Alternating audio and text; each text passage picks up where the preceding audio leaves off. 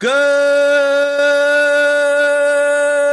morning, Grinders. Welcome to the DFS pregame show here on RotoGrinders. I'm Jordan Cooper, aka blenderhd, blenderhd. Here, you can follow me on Twitter. And this is the show where we talk a little bit about yesterday's slate. We go over some winners from yesterday, some top lineups. We see if we could learn anything. And then we talk a little bit about today's slate, which, as usual for NBA DFS, means nothing at 11 o'clock in the morning, right? It really doesn't, right? But, I mean, let's see. Do we have an injury report, guys? We got Bam's probable, Clint Capella's questionable, McCollum's back, okay? We got that. I'm scrolling down. Yeah, okay, Daniel House against Dortz is questionable, right? And we see here that there are plenty of people. There's plenty of guys that don't have an injury designation, but they will be at some point today out of the blue. It always happens, right? So that's why we talk a lot about strategy. I answer your strategy questions in the YouTube chat because you know me. I like the YouTube people. I see you here. Daniel Hutchins, Matt Meir, John Johnson, Card Fan, DJ Cicero, Chupacalypse, Rob F, Meat Plow, of course. Can't forget Mr. Meat Plow. And hit that thumbs up button. I got the apple juice here. I didn't even open. I don't even think I opened it. Right? Okay, it's cold. We got Devin back producing. It's been Eli for the past couple of shows. So Devin's so much more cordial in the chat. Typically he's saying good morning. Eli, I think, is too scared to chat. But you have to give the clappies to Eli, and in Devin, you just do whatever. I don't know. There's no specific thing. Say hello in the YouTube chat. Stress One wants a shout out. Okay, I'm sorry I didn't mention your name in the YouTube chat. I go through a bunch that I see. Okay, Stress One says she's 20 minutes from me. Okay, he's gonna end up coming. He's gonna be on the show. It's gonna be one of those things where a guy comes through the window and murders me in the middle of a show. It'll end up being a Law and Order episode or something like that, right? So I'm telling, where's my shout out? I'm 20 minutes from you. Gonna come here and give me a shout out then. Okay. So good morning, everyone. Hit that thumbs up button. Hit the like button. Hit the subscribe button if you're new. Hit the notification bell to know when we go live. I got a shout out to one of our premium subscribers, Hutchboy. Hutchboy. I don't know what his exact username is. He's Hutchboy in our Discord. And he won the 20 max, the $4 20 max, I think, yesterday. I think also the N1. And the quarter and the 50-cent one, I did something like that. He won a bunch of stuff. He put in like $600 and got like 13,000 back. I could probably find him on Results DB, but I just wanted to give a shout out to that. Let's see, I could find him. I should give a proper shout out. I at least get the username right? Should be up here, right? Well, okay, doesn't even show the winner. Okay, where's the winner?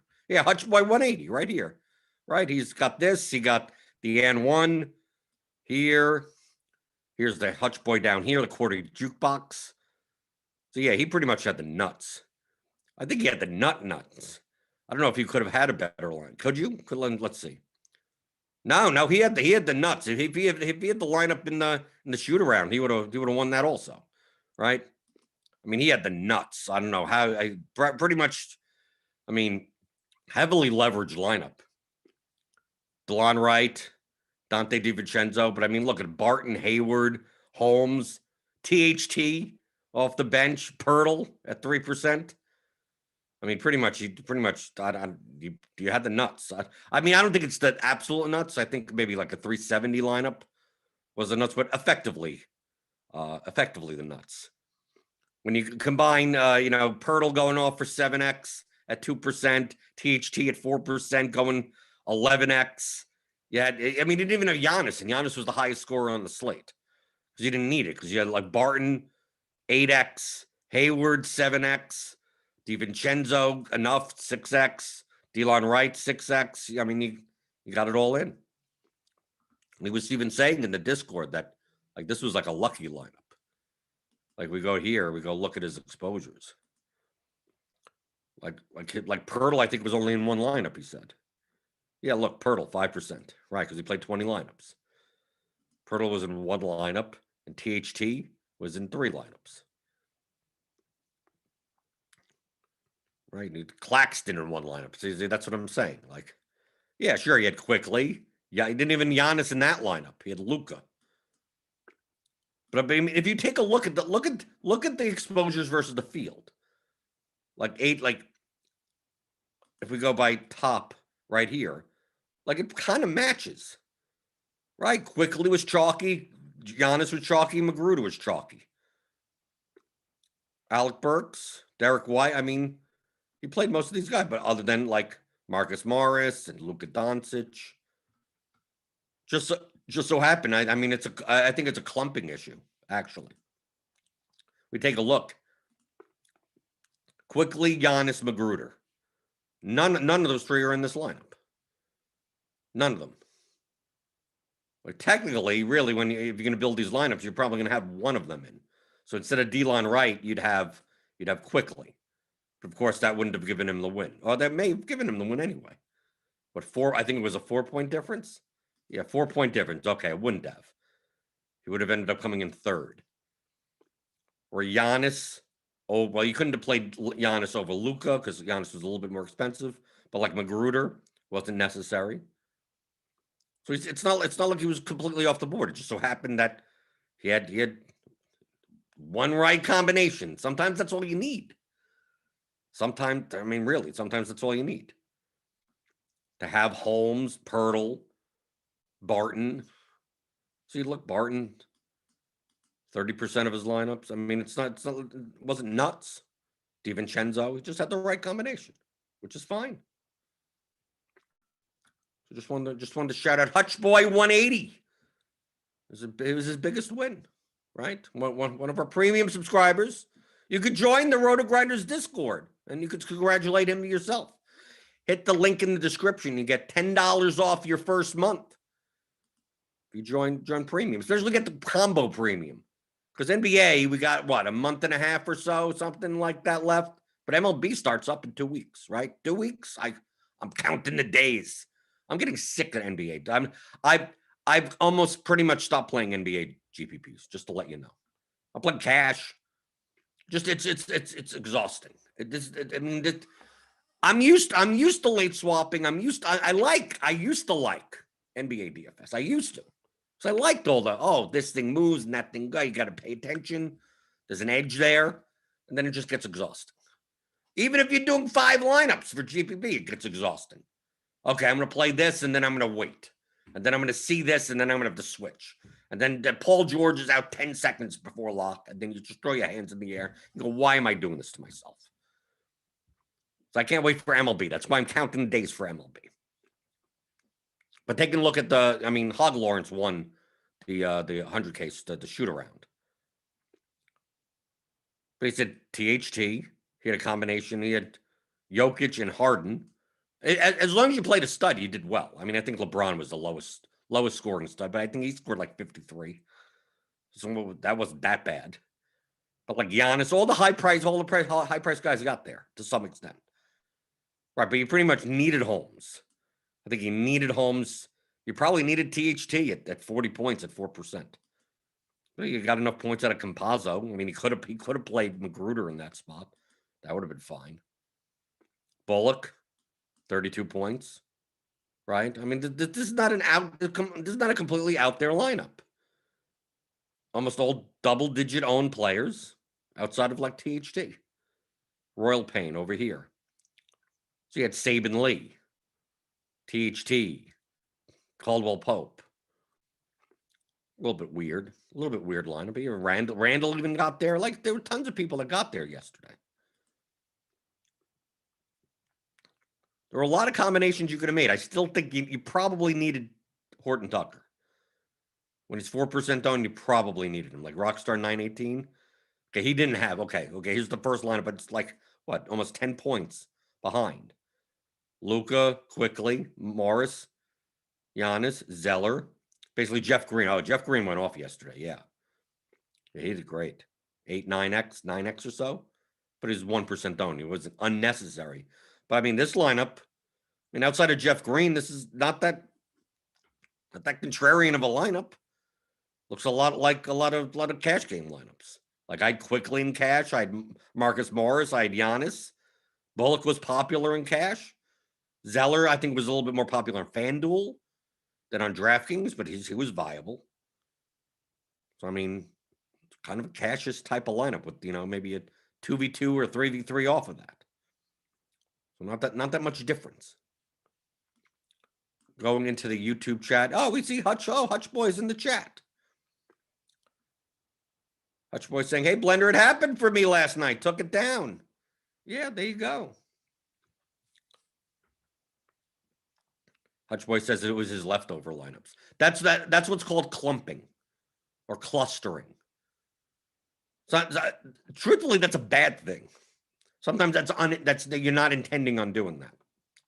Clumping means that when you use an optimizer and you want to have 50% of this guy and 50% you put in your exposures, and each lineup that goes down is good, and then it's used 50% of that guy, so now it's going to use someone else, and then by the time you get to the bottom, your exposures are all clumped together. So if you're going to play I only want to play 50% Quickly and 50% Morris or 50% Bullock together or something like that. It'll give you, okay, you want these guys in half your lineups? Well, I'm going to put all three in half your lineups together. And then the other half of your lineups have none of those three. So that would be what clumping is. So a lot of times, if you build on an optimizer, you'll see that, let's say you build 100 lineups. A lot of times that bottom 20 lineups are all your contrarian plays put together. You'll see the ownership just plummet in those lineups because the optimizer doesn't know any better. So you have to work with it for it not to do that. Truthfully, you don't want it to do that. Sometimes it happens. And it happened here that, I played a bunch of these 3 or 4 guys except for that one lineup that didn't have any of them. I still have the right exposures. This is the main reason why I don't want talking in terms of exposures. How much exposure? Above the field, below the field? It's about lineups. So it's you could, I have 50% exposure to this guy, but he's in every lineup with this other guy and always with this other. I mean, your lineups look way too similar to each other.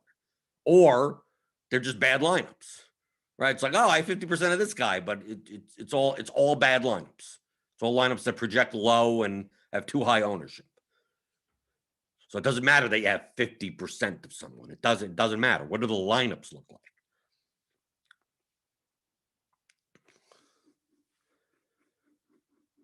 Let's see. Daniel Hutchings says, this is why I usually play night and express slates. No or minimal late swaps allowed. Yeah, but the slates are small. So I should just be playing the turbo and the night slates. But I mean, the variance on 2 or 3 game slates are just ridiculous. It's not practical to play most main slates well if you have any sort of family life. I don't have any family life, but I'm still exhausted. I mean, the last game didn't get off till 10:30. It's from 7 to 10:30. Doesn't matter how many lineups you have. You're just sitting here going, what garbage is going to happen now? Who's in, who's out? And then you're switching, you're late swapping. You go, okay, this lineup's behind. I need to move this guy up, and I need to do that. I'm just sick of it. MLB is kind of you're done, pretty much. Once it locks, you're rarely going to change much, if anything.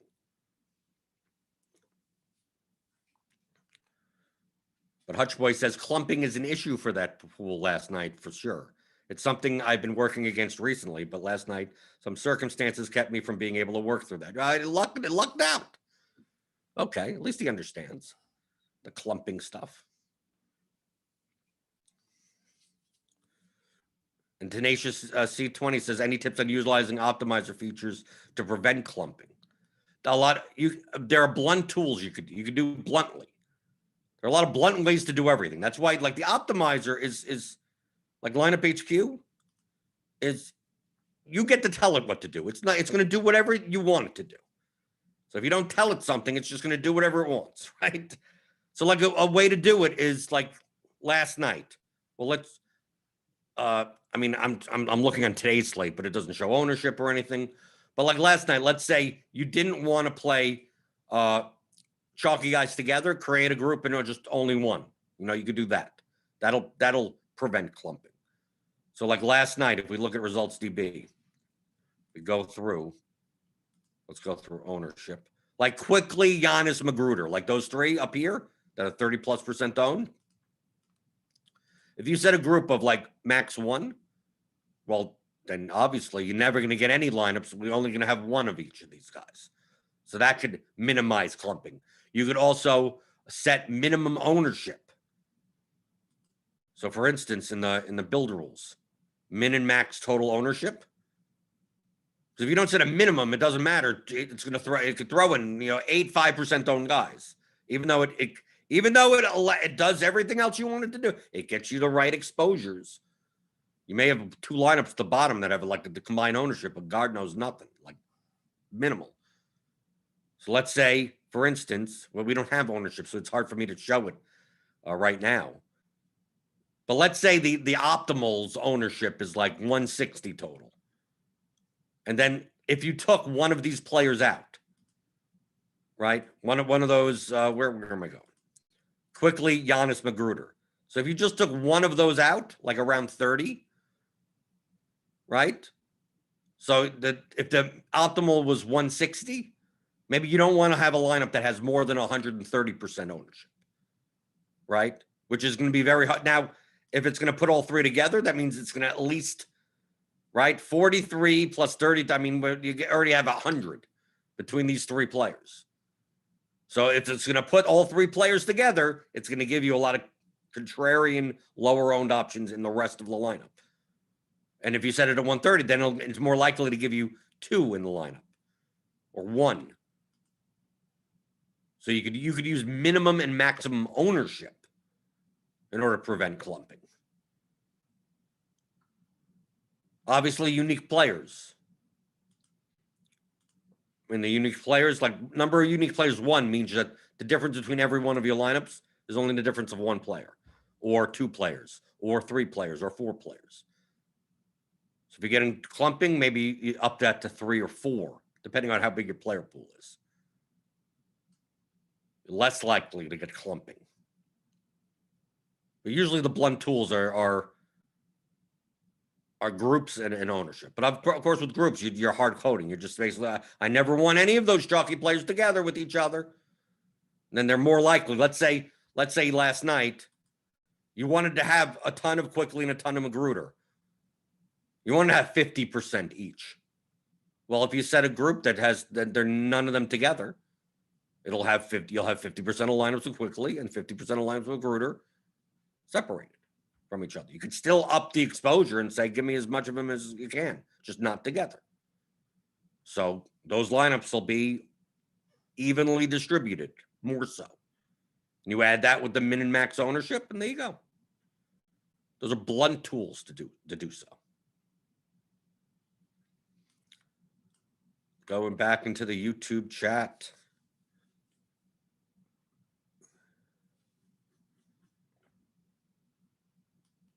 Hard fan said, Jordan, my FanDuel cash lineup seemed very lonely last night. Mine? Broke away from the train. A lot of misses on the late swaps. I just played the optimal lineup. I don't know what you guys did. That's all I do. Well, once Saric wasn't, once Crowder was starting instead of Kaminsky, then you played Crowder there, and then Brogdon was ended up being, with Lamb out, ended up being slightly higher projected than Chris Paul.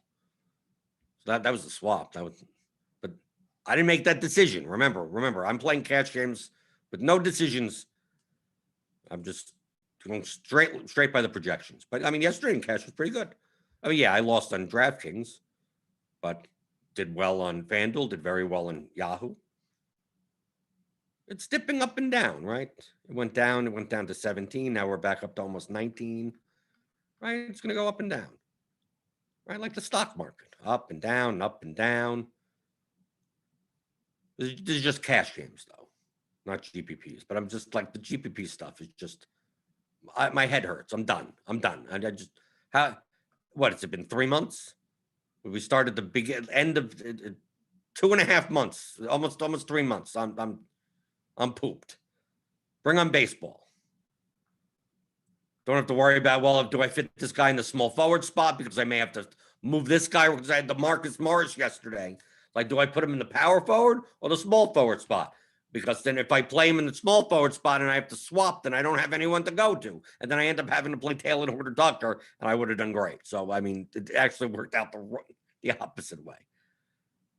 I was so concerned about filling up that small forward spot yesterday.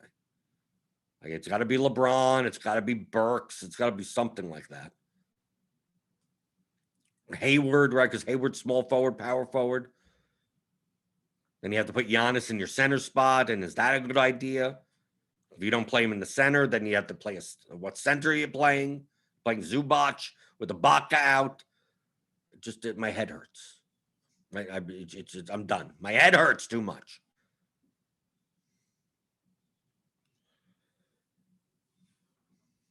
Kai Roach says, press those thumbs down. Keep this show a secret so my ROI stays good, right?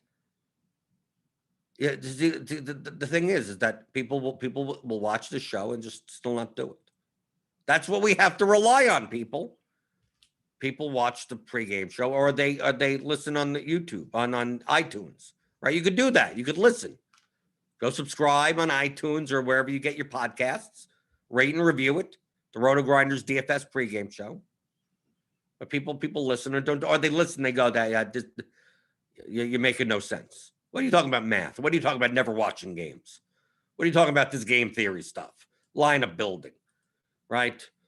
Leverage and correlation. Well, I just watch the games and I tell you who's going to do well tonight, right? Like, those types of people are never going to get it. So don't worry about it. You don't have to worry about it. That's why I do what I do. I'm 100% transparent. This is exactly how I play DFS. This is exactly what I do in the morning at 11 o'clock in the morning. This is what I do. Go into results DB and see what other people did. Oh, that was interesting. Oh, this was whatever. How many people faded quickly? Like ending. No Giannis either. Like, oh, what type of lineups was he making? Paul George, okay, in the small shooting guard spot. See, this is the interesting stuff that I look in. Michael Bridges, Michael Porter. So balance builds? Was he building balance builds? I mean, I saw Luka, Marcus Morris, Green, Wright, Zubac, Zeller. Okay, some Jokic and Luka, but still under. Like, not that much. Looked like a lot more Kawhi, Harrell, a lot more balanced builds. Which was contrarian yesterday. But then we take a look at like Chedabisc, and it's like, well, no Magruder. So he must have put in some cheaper guys. Well, there we got some Fox. I think he's the only one that had a bunch of Fox. Fox healed. So the Sacramento game. If Hayward, who did Sacramento play yesterday? I forgot. Was it Sacramento Charlotte again? Was it something like that? Who played Sacramento yesterday? There's little things. I'm just trying to see because he played a bunch of Sacramento. Seeing if he played the other side. Fox healed. Bunch of Campazzo, Harrell. I mean, still a bunch of THT. 56% THT. That's a little bit. I mean, that's probably a late swap. I don't think he intended on necessarily having 56% from the beginning. Lonnie Walker. Okay, interesting. I'm just looking at construction types. Different players tried different construction types. Like Royal Payne, less quickly. Had plenty of Burks, though. Like nothing on Delon Wright, no LeBron, no Derek White. So it's like, okay, how did these lineups get built? Len, horrible. Jokic, so paid up at center. Had Westbrook. Okay, now Westbrook, Beal. Okay, now I'm getting it. Irving. So basically paid up at point guard and center. Instead of the opposite, what other people were doing. Because most likely we were paying down in those spots. We're playing Giannis at center or something. Okay, I get it. That's the direction that Royal Pain 21 took. But that's what I look at. That's why I go through results DB.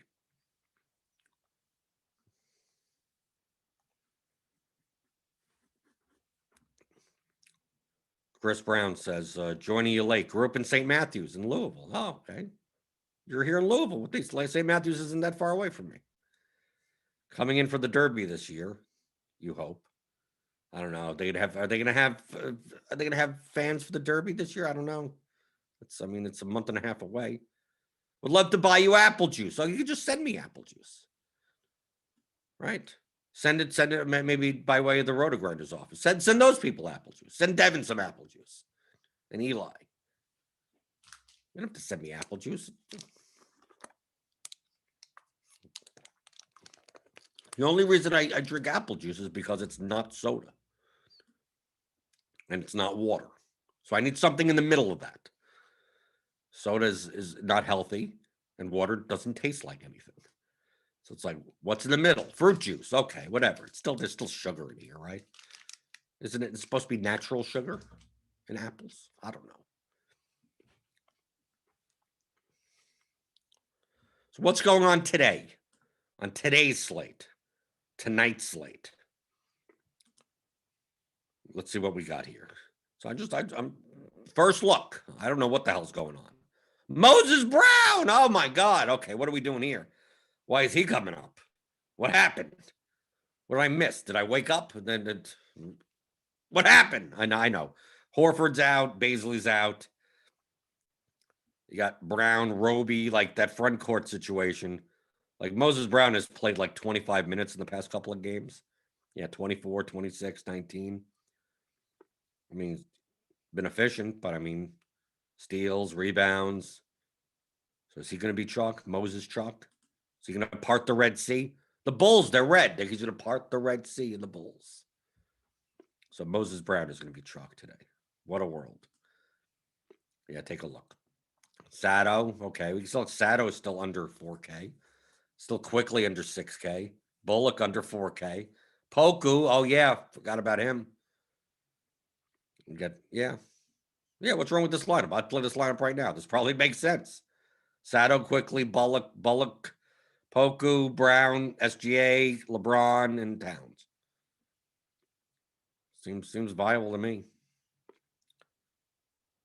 Right now. As of right now, who knows what's going to happen?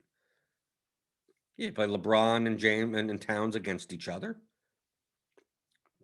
Simmons is back for the Sixers. Okay, so pretty much everyone else there is going to be kind of overpriced, even though Embiid is still out.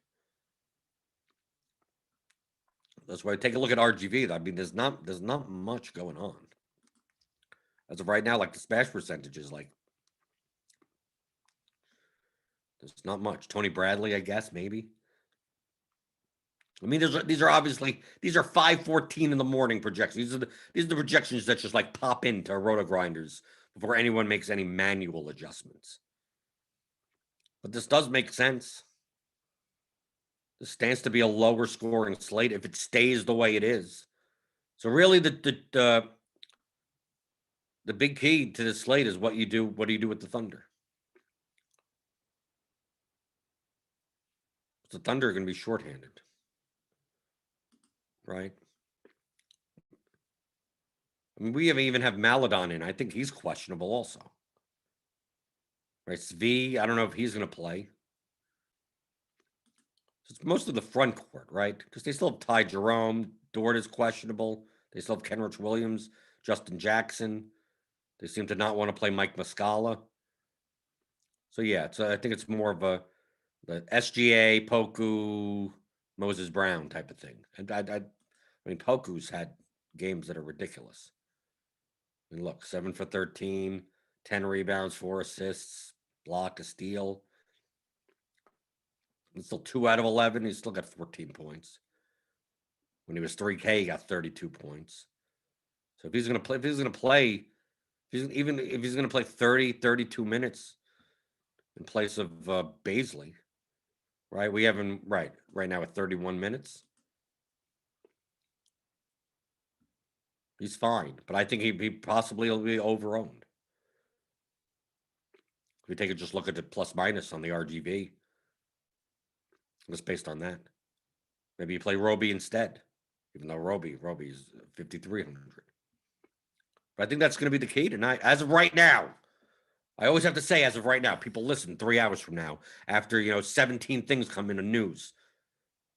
Or they'll say afterwards, there's tons of news that happens, and there's, your call on that guy was great. I'm like, dude, I didn't even know what was going on at 11 o'clock in the morning. Like that doesn't apply anymore. Like what happens with Capella? Are we going to be playing John Collins again? What's Collins' salary? They price him up enough? 6,700. No, not good enough. Capella's out, and Collins is playing. Then Portland, you pretty much can't play anyone. Assuming CJ McCollum isn't on a minute, even if he is on a minutes limit, it doesn't matter. Like McCollum at 7,500, if we knew he was going to play 36 minutes, then you play McCollum. But I mean, at 30 minutes, you don't. But what that does now is just kill everyone on Portland. Because Portland's been priced up as, because McCollum's been out for the past God knows how long. Right, that's why these numbers are so low. Like Lillard ain't 10-8 now. Covington 6'2", Cantor 7'2", Melo 5,500. All these guys are just too. Gary Trent, he ain't worth anything anymore, right? So yeah, Cantor may be the closest, only because I don't know if McCollum necessarily affects him that much. But still, now Lillard ain't a 10-8 player on DraftKings anymore. So they're going to be low owned, but I think rightfully so. Then we still have Houston. They priced KJ Porter up to $7K. I think maybe he's going to be over-owned also. Well, he had a dud game last game. Well, the last game they got blown out. But I don't even care if House or McLemore, even if House or McLemore are back. I'm more likely to just play Oladipo at that point. The difference between Porter and Oladipo is 1,300. I'll play Oladipo. Maybe you play both. Who knows? Like KJ Martin's up to 5,300. Why don't I just play Jayshawn Tate at that point? But I don't know. We'll have to see. Obviously, if House and McLemore are out, then those minutes have to go somewhere. And then we start looking. Then the Rockets become a little bit more appealing. But we still have the Knicks. Is Peyton going to play today? Who knows? Is he questionable again? Or is he out today? Who knows? The Knicks are running a pretty short rotation also. Even they're on a back-to-back. Playing quickly, Randall, Bullock, Barrett. I think that's fine. Burks even. Maybe not. That's what I'm looking for. I'm just first looking. That's all I'm doing here. First looking. That's why I rely on the YouTube chat. So if you have any questions, just type them in the YouTube chat. I answer anything. The show is as long as you guys ask questions in the YouTube chat. This is an interactive show. Al Murillo asks, stupid question or stupid person question. Recently won a ticket to the FanDuel 222 single entry. Want to obviously win the tourney, but want to min cash at least because he's not a house stakes player. So min cashing would be great. How would you build the lineup? You always play to win. All the equity is in the top spots. If you're gonna win a ticket to something, play to win, or don't play the contest to win a ticket. That's where all the equity is. If you're not going to play for the equity, it's a losing proposition. How would I build the lineup? I would build the lineup as best as I would build the lineup to win. But the 222 single entry on FanDuel is not that large of a field of a contest. So you don't have to be nuts. You don't have to be totally contrarian. You can pretty much do what you said, core cash players with a 2v2. Yes, you could do that in that contest. If you're playing the $9.99, the larger field stuff, the $9.99, the $3.33, whatever, with 47,000 entry, you're probably not going to do that. But in the FanDuel, the 222 single entry, $222 contest, that's what, 800 people or something? It's not that big of a field size. So yeah, you could pretty much do a cash lineup with a 2v2. You can. And if you want to get more aggressive than that, God bless you. I want you to. Play to win. Right? Even Stress What is giving him advice. Right? It's going to be much chalk. It's a smaller field contest. The chalk is going to be chalkier, which means it's easier to find leverage. But that doesn't mean that, I would have just fade all the chalk. Like, it's just easier to get leverage by fading one piece of the chalk and then having a 2v2 flip of your construction, and you're good. You can win that way.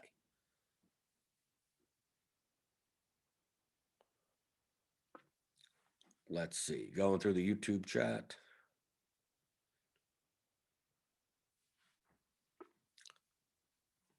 Deion Lewis says you can't play Porter at that price.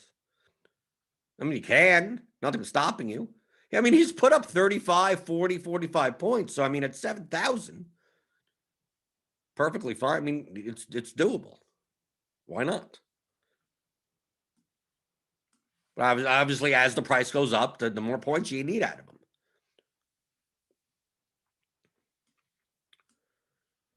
I don't want to put anything about, maybe Porter. What is he on FanDuel? I don't think they raised his price enough on FanDuel. Let's take a look at FanDuel.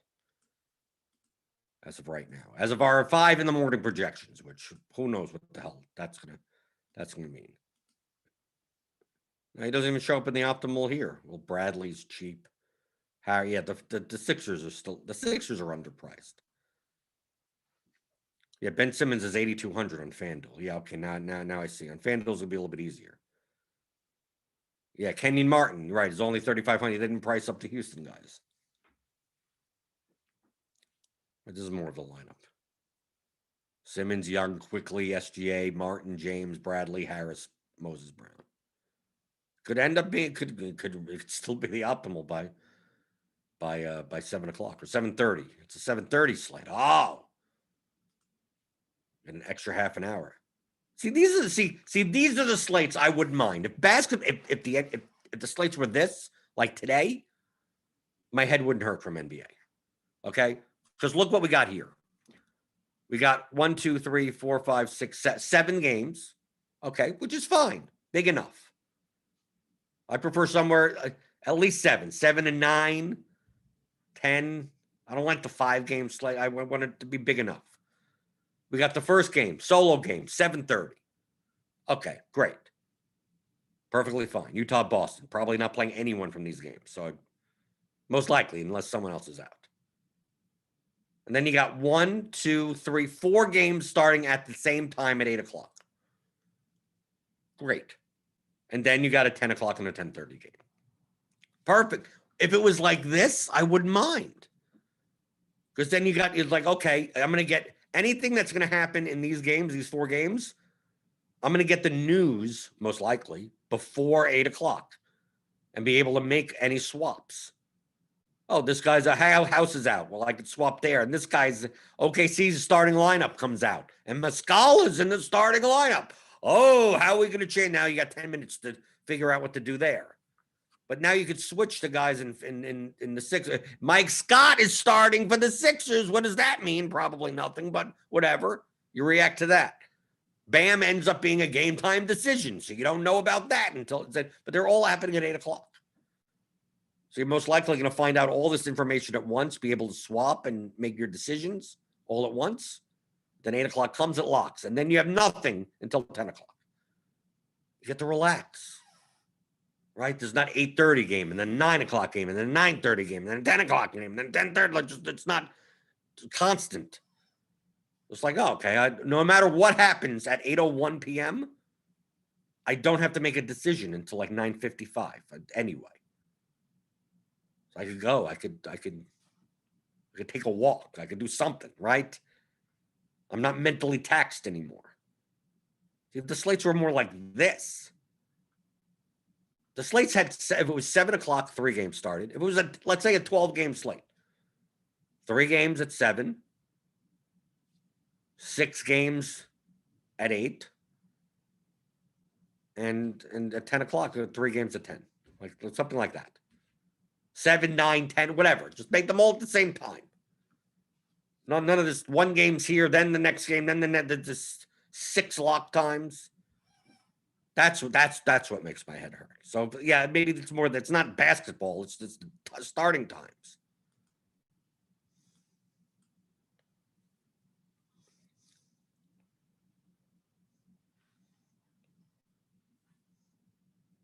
Jupocalypse is asking about snipping a clip. I don't even know what clip are we snipping? It's from the show on January 5th. What are you talking about? What clip are you talking about? I have no idea. Jupocalypse is just, and I don't know. What is this referring to?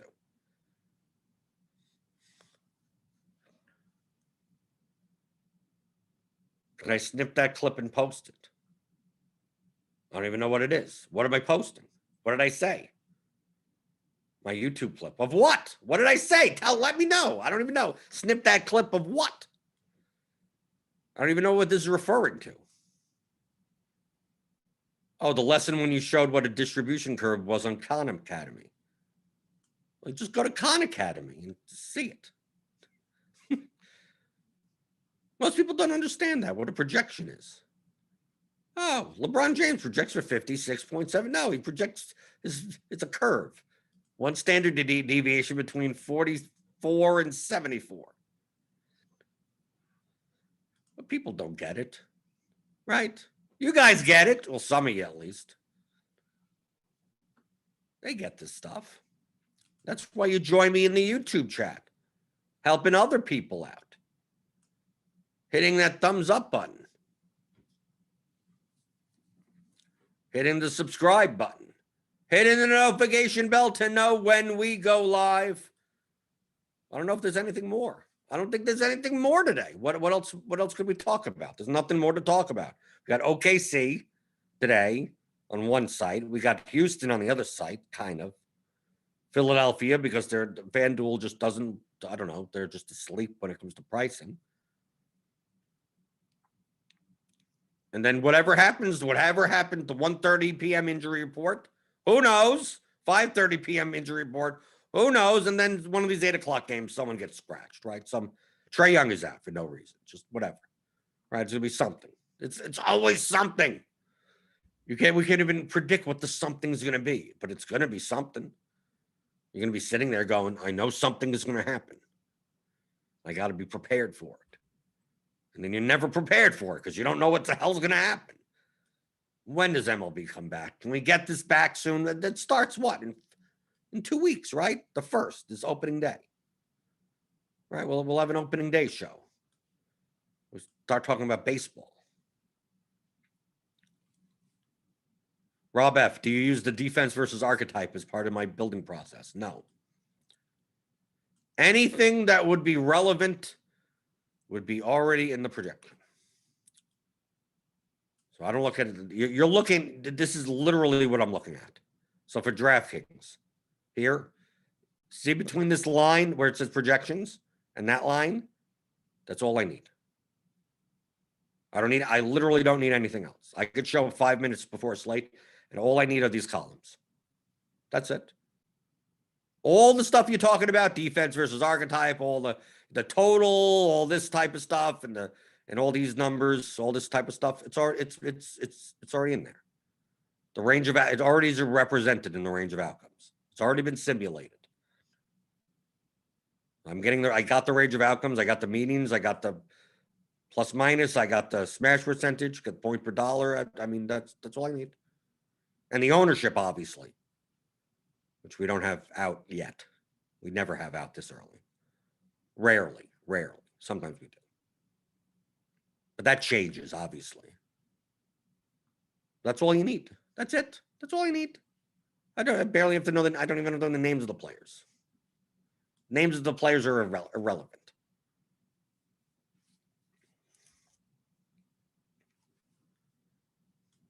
All the player stuff is done for you.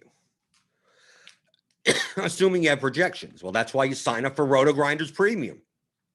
$10 off your first month. Hit the link in the description below. When I play any sport, baseball comes up. Who's the 7th hitter for I don't know.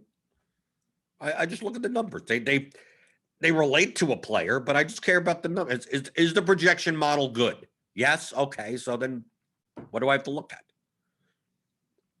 Anything that I would be looking at is just going to explain why the projection is the way it is. Oh, why is Moses Brown popping? Well, there has to be a reason. Do I even need to know the reason? Do I need to know who Moses Brown is? No. All I know is that the projection model is good. So there has to be some reason why Moses Brown is popping at 3.5K. Now, I happen to know that Horford's out and Baisley's out, and Moses Brown is higher fantasy point per minute player. He's probably 25 minutes of that, and okay. Against Chicago, which is probably a good matchup. But do I need to know that? No. All I need to know is, do I trust the model? Yes. Okay, then that's all that matters. If it says that this is the range of outcomes for that player, then it is, and that's okay. Then use that to make your lineups. From that point, it's game theory. So all that work is done for you. That's why I consider the RotoGrinders subscription to be like severely underpriced. I mean, severely. $40 a month for a sport? Are you kidding me? For basketball? You see how hard the projections team works every day? They need to be getting paid more. I'd pay $400 a month for this. It does all the work for you. I mean, come on. All I need to concern myself is building lineups, is building plus EV lineups. Don't have to wonder about how do I project players. It's like, it's done for me. I can build my own model, but in order to get a model as good as Jamino's for basketball, probably take me 2 or 3 years just to get it to be this good. So why don't I just pay for it? Same thing for Cardi with the bat. Like, dude, the bat is like the best baseball projection system out there. I could probably take 5 to 7 years and still not have as good of a system, and spend 20 hours a week trying to do that. I just pay for it, and it's done. All my work is done. 90% of the work is done. Now it's time to build some lineups. Where do I get the leverage? Where would I get the correlation? What contests am I in? Getting the right lineups into the right contests. There you go. That's it. I'm trying to beat other people. The goal in DFS isn't to predict the outcomes. It's to beat other people at a game. Oh, I knew that this guy was going to go. Who cares? Did you win? How much money did you win?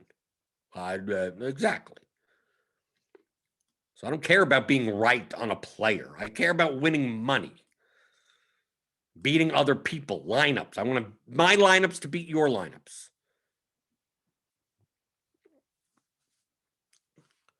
Okay. Jeremy Grant had a 29 smash percentage yesterday and only put up 21 points. I'd call out all lineups. Yeah. 29% of the time he'll smash. 71% of the time he won't. So there you go. There you go. That's percentages. I mean, people like, oh, Moses Brown. Oh, he's going to be a smash. He's 41%. Moses Brown ends up putting up. Look at his range of outcomes right now. 11 to 36. Okay, 36 would be 10x. So that's his 75th or 85th percentile outcome. His 15th percentile outcome is 11. So if Moses Brown goes out and puts up 14 points, that's within a standard deviation. The bulk of the projection is between 11.73 and 36.98. So if he scores anywhere in between that would be considered within the margin of error. That's a 25-point difference. But that's in that fat part of that curve. If he puts up 40 or he puts up 8, okay, that's outside. Okay, then you could say, oh, that's an outlier. But like if he puts up 13 points, like don't complain. Like that's part of the projection. If he puts up 34, that doesn't mean like, oh, the projection was great. It's like, no, it's between 11 and 36. LeBron is between 44 and 74. Emmanuel Quickly, 14 and 46. It's more important to look at this. This is the range within one standard deviation. And look how wide these are. So if Emmanuel Quickly is projected for 32.4 and he puts up 25, oh, the projection is wrong. No, the projection, it's actually in the projection. 25 is well within this range. This just happens to be the middle of that range, but doesn't mean it's the most likely.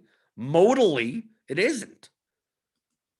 Modally, which means the outcomes that happen the most. It's just the median. It's just the middle.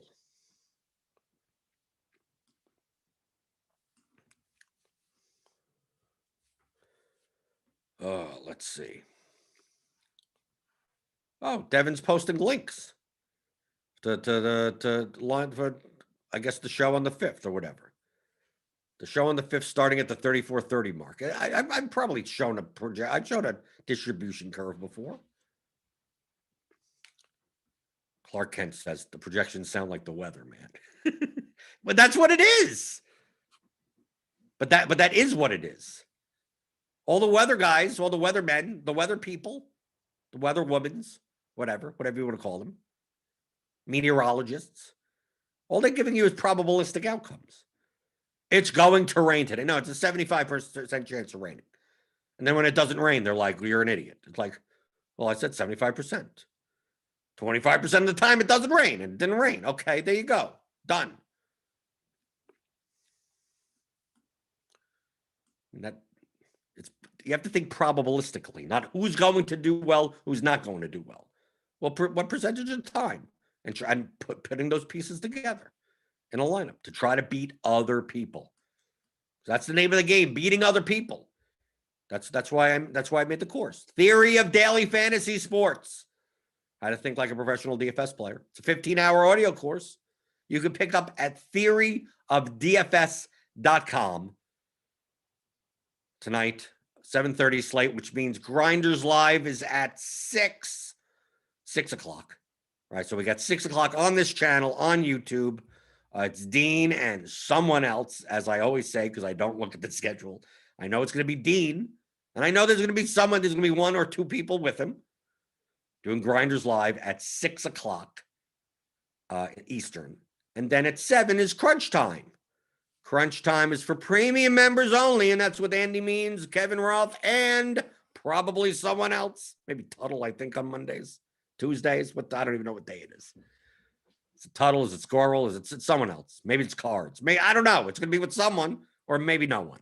Maybe it'll just be Andy and Kevin. Who knows? I have no idea, but it'll happen for premium members. So sign up for RotoGrinders Premium and pick that up, and we'll see what happens tonight. See what happens. See if any of what I've been talking about, even who knows? Someone will sit, someone will be out. Who knows? Right? As of right now, it looks like OKC, kind of plus New York, plus LeBron, plus Towns, some type of combination of that. Satoransky, maybe. Some type of combination like that. But that all go away. We had one slate where it's like, we're probably going to play all the Spurs. And then we ended up playing none of the Spurs because value opened up everywhere else. So we'll see what happens tonight. And you turn into Grinders Live. You turn into Crunch Time. You go sign up for RotoGrinders Premium. You get all the projections. You get the content. You get everything. You get the RotoGrinders Discord, which I'm typically in. So you could always find me there. But if you don't find me there, you'll find me here. I'm always here answering your questions at 11 o'clock in the morning every weekday here on the DFS pregame show on RotoGrinders.com.